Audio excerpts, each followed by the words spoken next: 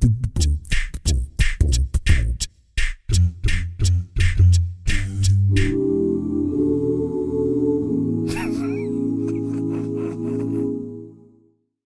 welcome back to the show. This is your second time on the Fairly Current show. You've got Second time. You've got a new book out, Ampun Tuanku, A Brief Guide to Constitutional Government. One of the main aspects that you cover in this book is in the case of an opposition win, the role that a ruler would play. So hypothetically, right, in that situation of, just say, a hung parliament, or even, an undecided parliament, the, 105, 110 scenario, how should a ruler behave? Because suddenly they have these decision-making powers in place, right? And, everyone's going to come with them, like you said, with, I've got 7 independents on my side, and I've got 6 independents on my side. And so what is the role of the ruler in a situation like that? Well, the book is not written in anticipation of anybody or any group winning. Oh, it's a hypothetical situation. Yeah, it's a hypothetical. It is about the powers of the rulers, really. As a constitutional government, rulers have, and everybody else, have to act in accordance with the law, in accordance with the principles of the Constitution. So, one particular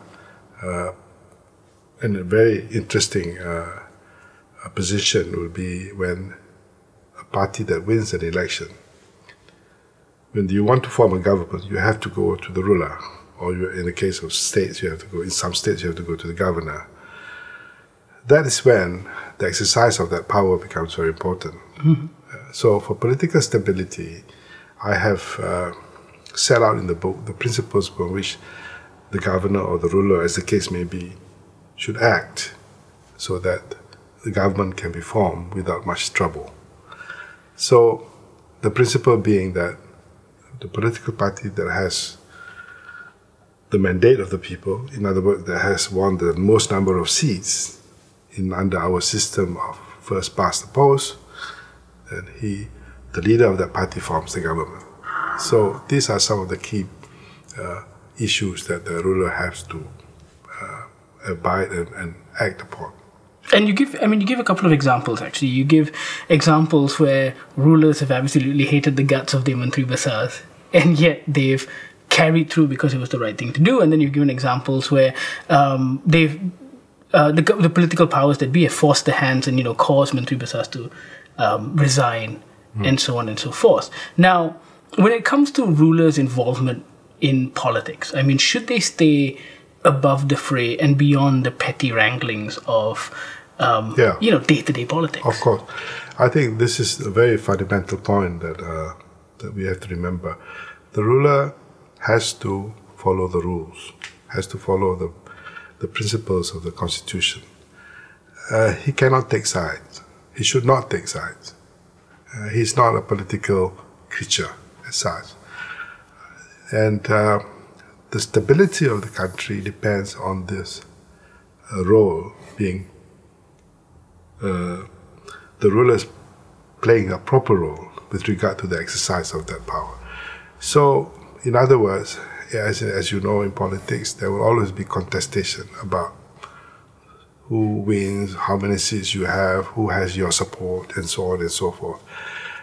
It can be quite daunting to the ruler. It can be quite confusing. There'll be pressure imposed upon him. There'll be all kinds of pressure, direct and indirect. But for so long as he keeps to the main principle of the Constitution, I think it will be all right. It will be safe. But that is why it is important for the ruler to be detached from partisan politics. This is the point that I make repeatedly in the book. Shifting focus for a second, because while you do talk a lot about the rulers and their role in a constitutional government and the role they play in modern Malaysia, you also, this is a bit of a love letter to constitutionalism, if you will.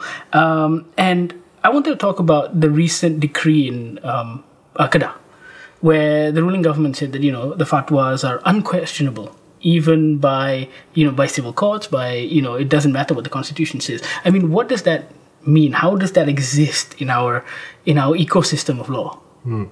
That's a very strange decision, and I think it's a wrong decision by the state government to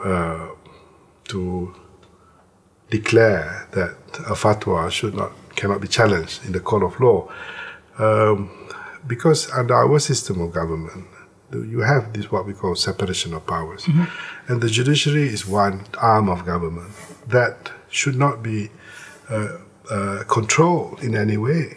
You see, so the judiciary is one arm of government that can decide on conflicts, on issues. Doesn't matter in what form it takes.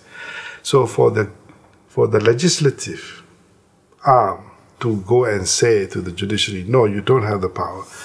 This is exactly what we had for the last 30 years under Mahathir's rule. You know, he said the court should not do this, the court cannot do this, the court should not do this, and it's very unfortunate because this is a Pakatan state government using the same Mahathir style of power and say that the court cannot question this and that. And I think it's obviously very wrong and very unfortunate. But what are the pitfalls in a situation like this where, suddenly a state enactment says, the pitfall is grave. The danger is that we will be run by a decree.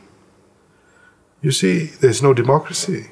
If the courts are not functioning, if the courts are being denied the power to rule in accordance with the law of the country, then we have no democracy. All you have to do is you get a fatwa, members of some majlis fatwa.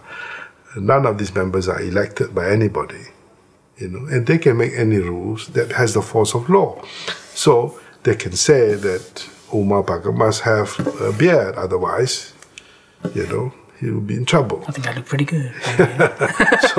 But you can go on and on, then you will have a rule by decree. Because, of course, the decrees are not necessarily just limited to legal issues, but, of course, the way you live, the way, like you said, beard, the way you dress.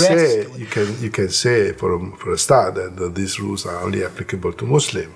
But where do you draw the line? Because our lives are all interspersed and crisscrossed and connected with everybody else. So what we cannot have is a rule by decree. And I think this is where the rulers, as the head of Islam, at the same time as the king for every Malaysian, can play their role to make sure that we have a rule of law in this country. One last point. You say in your book that at no point in history have people had so much power and ability, right? We're in a new age of democracy and so on and so forth. And so does an institution like the monarchy still play a role in the world?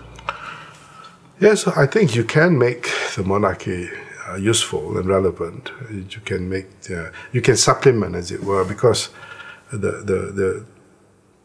it's not always that political leaders are better. It's not always that politicians can do the best for the country. And sometimes, they need to be checked and managed by another set of leaders, like hereditary leaders. So I think, yes, the monarchy can be made useful and relevant, but they have, as you rightly pointed out, in this time and this age, people expect accountability, people expect you to be transparent about your affairs, people expect good conduct. And the monarchy has to endear themselves to the people so that the people will love them and follow them. And this is what will be necessary, for an institution to continue to be relevant. All right. Thank you very much for your time. Ampun Tuanku is on shelves at all good bookstores at a very reasonable 38 ringgit. 38 ringgit. This is the Fairly Current Show. Yeah.